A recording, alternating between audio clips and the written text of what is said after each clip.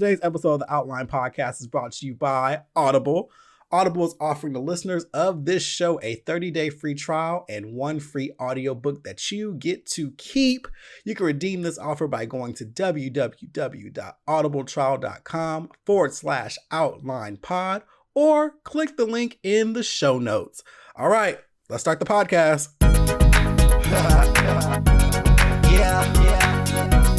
The Outline with Kevin Dwayne. Kevin Dwayne.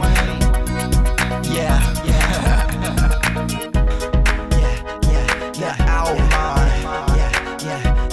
With Kevin Dwayne. The Outline. With Kevin Dwayne. This is the Outline with Kevin Dwayne. Kevin Dwayne. Kevin Dwayne with Kevin Dwayne.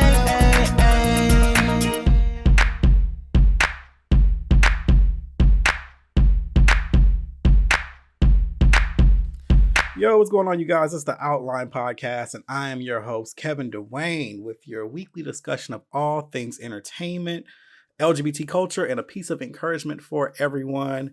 It is Wednesday, which means it is time for another show. Oh my God. So we're on the, I guess, not the heels, we're at the end of the election, the midterms, and oh my God, I just don't know, you guys. I don't know. So I'm in Georgia, so you guys know that it's this whole ordeal right now between the governors. I am pro Stacey Abrams, and I feel like Kemp is a fucking cheater. And so she hasn't conceded yet, and they're saying that it could possibly go into a runoff in December, and I am okay with that because I just don't understand how you can be Secretary of State, oversee the election, and also run. Like, that just reeks of cheating and voter suppression and all type of shit. Like, there's been so many ordeals. I'm in Gwinnett County where all the shit has been happening. Typically there'll be 30 ballot boxes here, or there'll be 30 different machines here, and there's only been 8, and batteries have been missing, and it's just been ridiculous. And I early voted, and it was a breeze, but I've been noticing that everything's been happening in Gwinnett County, and I know that this is a heavy, I don't want to say heavy, but a lot of minorities are in Gwinnett County, and so it reeks of voter suppression. It's frustrating. And seeing the results across the U.S. have been annoying as well. I mean, Gilliam laws and then Beto laws. And you're just like, oh, white people are going to white. They just are. They're going to white. And just seeing these numbers is just a reminder of that. And I don't know. It's not over until it's over. So I'm not going to give up hope on Abrams. I'm going to just let this ride out and not speak too much on it. But I hope it goes into a runoff for sure. Like, for sure, because the campaign was too strong. Like, the voter turnout was too strong, and it's hard being optimistic and pushing forward and really gunning for something to have people legit steal from you, and something just doesn't sit right. And the whole country is watching right now. Like, I've been getting so many text messages from other people like saying like, oh my God, everyone has their eyes on Georgia. It's wild. So, but congratulations to the Democrats for getting the House. That's awesome. So at least we have some representation there. We have there's the first gay guy in Congress. There's a Black woman who just got to Congress. Like, it's going. There's been some positive stuff there. In Florida, they've changed it where previous felons can now vote. And Georgia, I think we finally got the brunch bill passed, which is, why do we even have to even vote on this shit? So if you don't know, in Georgia, you can't drink until 12:30. Now, in 2011, you couldn't buy alcohol at all, at a restaurant, at a store, at all, anywhere on Sundays. because it's a red state and they think their religion should apply to everyone, which is a whole nother problem. And then in 2012, they changed it to where you can buy alcohol after 12:30, which is what it is currently.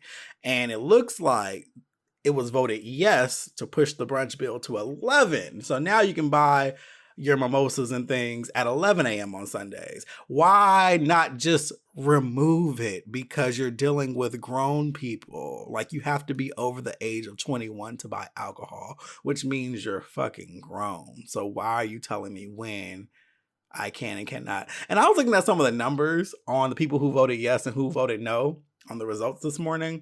And I think it's crazy how it was like a resounding like 71% voted yes to make it earlier. And I'm like, so what's up with this other 29% there? Like, what the fuck? What are y'all going through? You feel like you should be able to control this? Like, I try to be respectful to the religious. I try. I really do. I really do. But this shit right here, I don't get it. I don't get it. So I'm not upset. I'm not necessarily disappointed. It's just white people going white. That's what it comes down to in it. This whole election thing, white people are going to white. It's legit stripping rights from other people and doing whatever you can to try to keep your privilege and power going. And I mean, I guess. So that's that. Hope you're having a decent week, unless you are like me, just kind of like, what the hell? What is happening in the world? Like, whatever. But the last week has been really, really cool. Last week's episode was actually pre-recorded. So it was kind of sitting in my files ready to be put up, so I didn't really get to hop in and update you guys on stuff and whatnot. So it feels weird recording now. It feels like I've been on a break, but I haven't, because the show came out last week. But that's neither here nor there. But the last week has been great. I got a chance to see a couple movies last week. I saw Nutcracker in a press screening, and I enjoyed it. I really, really enjoyed it. I think it was a very entertaining film. I think you guys should go see it. It came out last Friday. It's called The Nutcracker and the Four Realms. They stayed true to the original production. There could have been a little bit more dancing, but let me tell you, Misty Copeland was beautiful. Like, she was phenomenal. Morgan Freeman was in the movie as well. And it was very much a Disney film. Like, Keira Knightley did a great job, I think, and it was good. Like, it was good. It was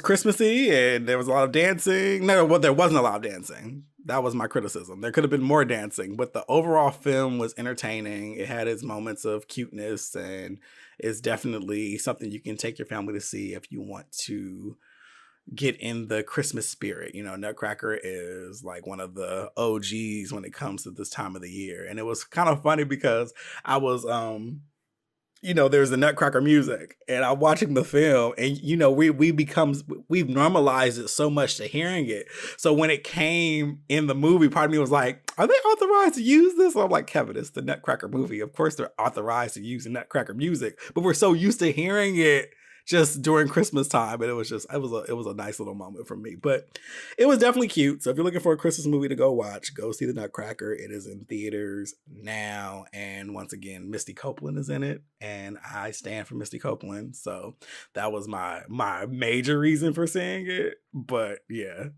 go see it. She was dope, like as hell. And also make sure you stay till the very end, because the closing credits are kind of lit. Like, I won't say shocked, but I was kind of like, oh, okay, y'all better do that. Like, so stay to the end, watch the closing credits, and there's another sequence at the end that I think is really, really cute. So that's in theaters now. I finally got a chance to see A Star Is Born. I was about 2 or 3 weeks late on that. I told my cousin that I hadn't seen it. She's like, okay, well, we're going on Saturday to see it. So we went and saw it, and that was a really good film. Like, I enjoyed it. I've been seeing different criticisms online. A lot of people have spoken favorably of it, but there's also been people who didn't care for it. Like, I personally thought that Bradley Cooper and Lady Gaga did a phenomenal job. I think their acting was amazing. The songs were great. Lady Gaga was super, super strong, but so was Bradley Cooper. Like, Bradley Cooper is a really great actor. Like, he really takes on these roles, and I don't know, it was really, really entertaining, and yeah, go Gaga. Like, it made me want to listen to more Gaga music. Like, I like Lady Gaga, but I never really, outside of like the Fame and the Fame Monster, I never really dug deep into her albums because they go all over the place. But her performance in this movie made me want to like become a bigger fan. I was like, damn, she did that. Like, and it was also good seeing Lady Gaga just be normal. And what I mean by that's a terrible word, just being like scaled down. How about that? Without all the extra, it was nice. Although she's been doing that with like Joanna and stuff like that, but even then, that music is so folksy, and it was nice to see her sing straightforward music, whether it be with a guitar or just pop or whatever, without all the flair. And it was just enjoyable, but she was playing another character. But it was good. I really enjoyed it. So if you haven't seen A Star Is Born, go watch that. I also binged watched Greenleaf. So here's the thing about Greenleaf. I'm not religious, and I'm not of the church. So most of the time I'm not interested in watching things that deal with church. When the first season came out, I watched one episode, decided it wasn't for me, and left it alone. And then it started picking up buzz again. And so I was like, okay, let me try again. So I picked it back up, and I ended up watching the first season, but I still wasn't sold. So it took me about a year to even touch season 2. And actually, it wasn't until season 3 started that I was like, maybe.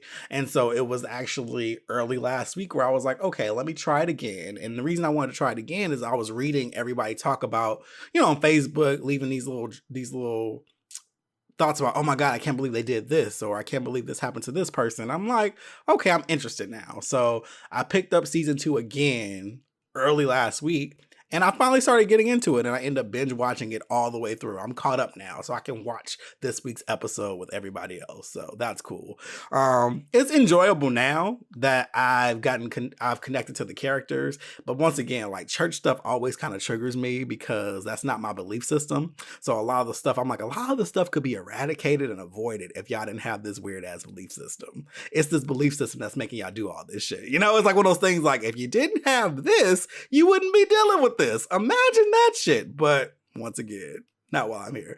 But I enjoy it now. I was definitely getting into Lynn Whitfield. I love LaToya Luckett on there. I think she's a great actress. Like, she's playing the hell out of her part. And yeah, so I'm all caught up on Greenleaf.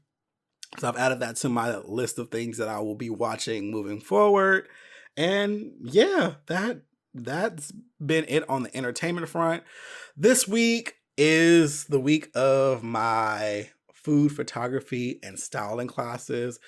The classes are already filled. They are sold out and locked up. I'm happy about this because it's at the Ultimate Sugar Show. The Ultimate Sugar Show is a huge event at the Cobb Galleria. Like, it's going to be huge. It's a 4-day event, Thursday, Friday, Saturday, and Sunday. There's going to be all type of Food Network chefs and like tastemakers and bakers, like people that you've seen before that are going to be there. And to be a part of this and teaching people food photography, it blows my mind, and it's an awesome opportunity. And then getting my numbers back and hearing how many people I'm going to be teaching, I'm like, oh my God, like, this is like super wild. So I've been preparing for that, making sure, my slides are all good and making sure my lesson plan is there. And I'm ready to interact with the people who are participating, and it'll be a good time. So that's going to be this Friday that I'm teaching. I'm teaching a class at 1:00, and I'm teaching another class at 3:30. However, this doesn't matter anymore because you can't sign up anymore because it's closed. But that's what I'll be doing this Friday. Super excited about that. And then after this, this is my last big event. I have other stuff happening, but this is my last big thing of the year. And then I'll just be able to enjoy the holidays and just the downtime. I got a few days off of work, and I get to just chill. So this is a good time of the year. But after this weekend's over, I feel like I'll be a little more at ease and not so wound up because of pending things that are on my desk that I need to do, So that's that. But that's all about me. What I want to talk about this week is accountability. This has been on my mind for like the last couple weeks. I'm seeing that there are a lot of people, because of ego, because of the desire to want to be right, because of people's own traumas and the lack of self-awareness, people avoid accountability. And it's frustrating as fuck. Like, it's frustrating, man. Like, people will do anything to detract blame and project blame on other people rather than taking ownership of their stuff. They will do anything to put it on someone else or something else rather than saying, okay, this is me right here. And I'm seeing similarities across the board when it comes to that. Let's take religion, for instance. This was like number 4 on my list, but since I was already talking about it, it'll become number 1. In religion, you oftentimes see people say, the devil made me do it, or God put this on my heart to do this. And I'm just like, that's cute and everything, but at the end of the day, you still made a decision yourself. So you speeding on the fucking highway going 100 in a 65, 75 zone. Okay, that wasn't the devil. Neither was the cop who pulled you over for doing that. So it drives me crazy when people do this shit, get pulled over, get a ticket and say, oh, the devil's busy today. No, the devil's not fucking busy. You were driving fast. You were not following the fucking law. And you got a consequence for it. That had nothing to do with the devil. It's the same with when people are in relationships and they cheat and shit like that. It's the idea like, oh, well, the temptation. I'm not here. Listen, as someone who has cheated before, I will never deny that temptation is not a thing, but there's still a decision that you make to cheat or sleep with someone other than your person that you're being monogamous with. You know what I mean? This doesn't include open relationships. I'm talking about if you choose to be monogamous with someone and you guys are saying that you guys are going to sleep with one another and that's it. If you sleep with someone else, yes, you were tempted. Sure, it wasn't the devil. But you were tempted because some people are sexy. I get it. People are sexy as fuck. And sometimes you want to fuck these sexy people. Okay? Get it. But at the same time, you made a decision. You don't get to blame them. Oh, well, they were seducing me. Nah. You don't get to say it was the devil. You don't take accountability for your shit. You desired someone else and you wanted to sleep with them. Don't blame the alcohol. That's another thing that people do. People love to drink. But here's the thing. Unless you are like drunk, I mean to the point that you are falling all over the place and can't even you have no kind of coherence, you know what I mean? Like, you're all over the place. That's the only time I'll be like, oh, okay, they were drunk. But if you just had a couple drinks and you're tipsy and you're doing all this shit, you don't get to blame the alcohol on your actions, because guess what? All alcohol does is remove that wall. That's it. It just moves that wall of consciousness in the sense of right and wrong, really. It's like kind of one of those things like, I know this is wrong, but I don't care as much right now because I'm drinking, because I'm there. It's still in my mind that it's fucked up. And you always know, because people do fucked up shit and then they'll admit to the fucked up shit they did while they're drunk. So obviously, it just removed your will to just go against the shit. Fuck that. No, fuck all of that. You don't get to blame the alcohol. Blame yourself because you did it. Take responsibility for it. Another example, the T.I. and Tiny show, Friends and Family Hustle. I love it. I enjoy it. Monica's on there. Enough said. Done. But there's a scene that's been going around viral of T.I. and Tiny going back and forth about him cheating on her. And he's blaming everyone, but he's not taking accountability for himself. And he's like trying to get her to be like, oh, well, it says thou shalt not judge. She's like, yeah, it also says thou shalt not cheat. And he's like, man, she ain't even mad at me for doing that. She's just mad because everybody knows about it. She ain't even normally we would just have a conversation. That would be it. And I'm just like, but you've not taken accountability for the fact that you were literally cheating on someone that you say you wouldn't cheat on. Like, unless you guys have an agreement to be open, then take accountability for the fact that you're inflicting pain on someone else. You're breaking her heart. You're making her like you're disrespecting her. You're disrespecting your marriage because she's not in on what you're doing. And instead, you're blaming social media.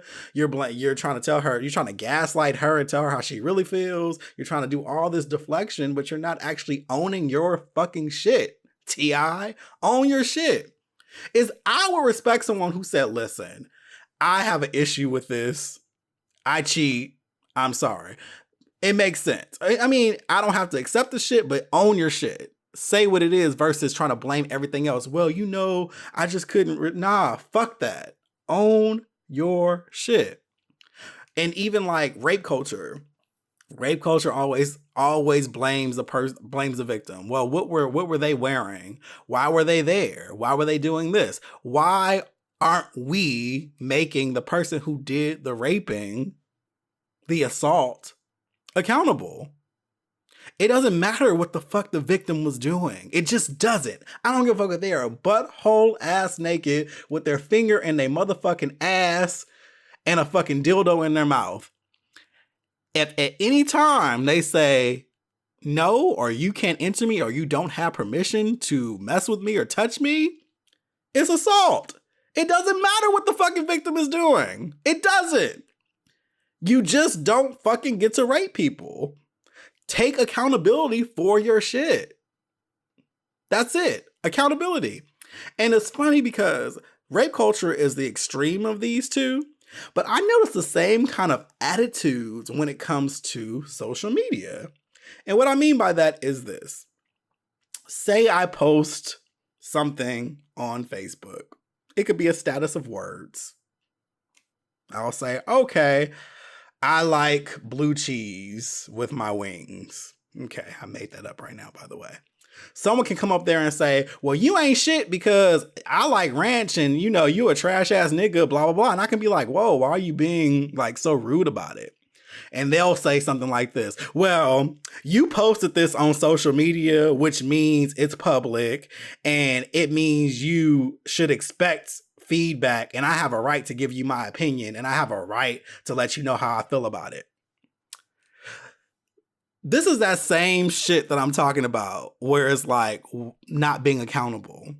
Be accountable to the fact that you left a trash ass statement on my page. Never mind what I posted on a public format. Never mind what you have a right to do. Because sure, everyone has a right to their opinion, but y'all take that shit too far. Having a right to an opinion doesn't mean I don't get to blast your ass or beat your ass. I don't have to respect anyone's opinion. We have this weird idea that not only do we have a right to our opinion, it's supposed to be respected by all parties, and it's just not true.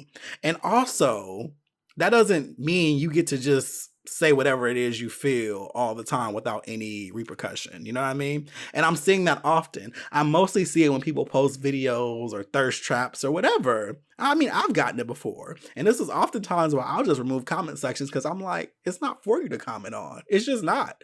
It's just not. I post it because I want to fucking post it. But we have this whole idea, the same with like rape culture. Like, well, you posted this photo, so you should just expect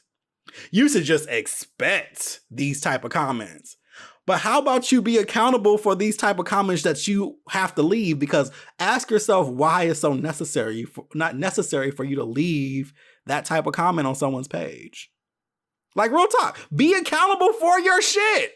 Stop avoiding accountability. Stop making this everybody else's shit but your own. Look in the fucking mirror and say, okay, why am I avoiding this? What is it in me that feels the need to do this shit? Rather than saying, well, you posted it. Because people love to say that shit. Well, you posted this, so I just feel like you should just know you're going to get kind of comments like this. Okay, but what does it have to do with you being a trash ass motherfucker, leaving trash ass trolly comments though? Where is your fucking accountability? That's all I'm saying. Where's your accountability? That's comment culture. But like I said, it comes down to ego and shit like that. And even like when it, like, I posted a video the other day on my IG story. It was a series of videos, and I love how people assume they know what's going on based on that. It's so cute. But I posted it because there's been a pattern of different guys, like in the last like couple months, really, where I will be minding my black ass business and someone will reach out to me and be like, "Oh, let's hang out," and I'll be like, "Okay, cool, let's kick it," whatever. And we'll plan some shit and they'll flake. But here's the thing. Not only will they flake, they don't let me know they're fucking flaking. They don't cancel. They don't reschedule. They just fucking disappear off the face of the earth. And that frustrates the fuck out of me. Like, it drives me insane. And it wasn't just one person in general I was talking about in my story. I was actually talking about a few because it kept happening. And I'm like, what the hell is happening? Like, why is no one communicating? But then on top of that, this is where the lack of accountability comes, because then it becomes like, oh man, like, don't take that shit so seriously. Or then it becomes well, where are you meeting these guys? As if that matters. Wherever I'm meeting them somehow removes accountability from them. Okay. Or if I confront them on the activity that they did that offended me, it's like, man, why are you taking this so seriously? It's not that big a deal. Nigga, you playing with my time is a big deal. You not communicating and you feeling like you don't owe me effective communication is also a problem. Like, it's a big deal. Take accountability for your shit. Take accountability for you not doing things in a respectful way.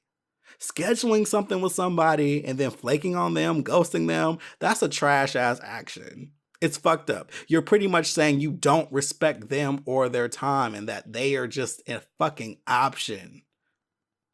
So if you're called out on it, own that shit. But don't deflect and say, oh man, don't take it so seriously. Some shit came up. Big whoop. Like, stop bitching. You know what I mean? No one has said that to me, by the way. Not of recent, because I wouldn't do anyone like that. But I've heard it said before. People will not take accountability for the shit that they do. Own your fucking shit. Own it. Own it. That's a lot better than trying to gaslight someone and tell them how they should fucking feel about the indiscretions that you did. And I'm seeing it in so many different areas. I mean, friendships and family and relationships, work, like everyone's always pointing fingers everywhere instead of just saying, okay, no, this was my bad. This was my shit. Because the sooner you learn how to be self-aware and accountable, life becomes that much better because you know how to fix shit. When you realize what the problem is, you can fix it. But anytime you're pointing outward of shit that ain't got nothing to do with anybody else but all you're not going to fix it because you feel like you're not the fucking problem, but you are. Be accountable. Please be accountable. Like, y'all out here making some badass decisions. And own your shit. Own your shit. If you doing fuck shit and you're called out on it, own it. Because here's the thing, you wouldn't be called out on it. People aren't out to criticize you just to criticize you. You've obviously done something to offend someone. So consider it. Get outside of your ego. Get outside of you're the most perfect, special, beautiful persons that your mama told you were. Fuck all that. If you did some trash ass shit, we all do trash ass shit. We all do because we're human. But be an adult. Own it. Stop pushing everything else on everybody else. If you leaving trash ass comments on photos, own the shit that you leave in those comments. Don't focus on why the person posted the photo and what you feel you have a right to do. Why is it that you need to fucking leave that type of filth on someone's page? Why is that? Why are you ghosting people? Why are you not committing to what you said you commit to? Why aren't you in the gym working out to get that body that you want? Why aren't you eating better? Like, be accountable for your shit. Stop blaming everyone else. It ain't got nothing to do with what smells good and what your mama was cooking and you couldn't just resist. You still put the food in your mouth, didn't you? You still woke up and didn't go to the gym, didn't you? So be accountable for that. Stop, oh, my bed was just feeling too good. Okay, cool. But you still have legs to get out that motherfucking bed. Be accountable. That's all I got, you guys. But thank you so much for listening to the podcast this week. I'll be back next week for what I think will be a special episode, but we'll see. Make sure you guys are subscribed on Twitter, Instagram. There's a Facebook page. Go to kevindewayne.com to listen to all the podcasts. And please, please, please share this with your friends. Rate it on Apple Podcasts. Leave your comments on SoundCloud. It's everywhere, but it only gets to people if you share it. But I appreciate all the love, and I'll talk to you all next week. Peace out.